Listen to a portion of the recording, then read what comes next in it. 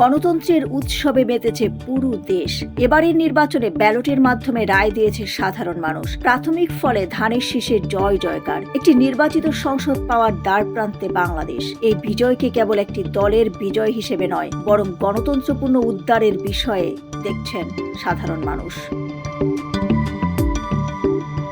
বিজয়ীদের অভিনন্দনের জোয়ারে ভাসলেও সাধারণ মানুষের প্রত্যাশাটা বেশ স্পষ্ট। সবার চাওয়া একটি বৈষম্যহীন সমাজ, দুর্নীতিমুক্ত, চাঁদাবাজ মুক্ত বাংলাদেশ।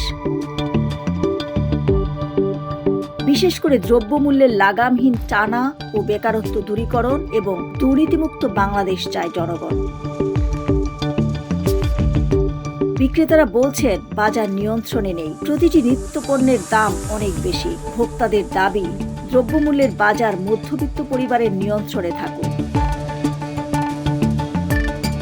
রাজপথের উৎসব যেন সাধারণ মানুষের ঘরে প্রশান্তি হয়ে পৌঁছায়। নতুন সরকারের কাছে দাবি নিত্যপণ্যের বাজার নিয়ন্ত্রণে রাখবে, এমনটাই প্রত্যাশা রংপুরবাসীর।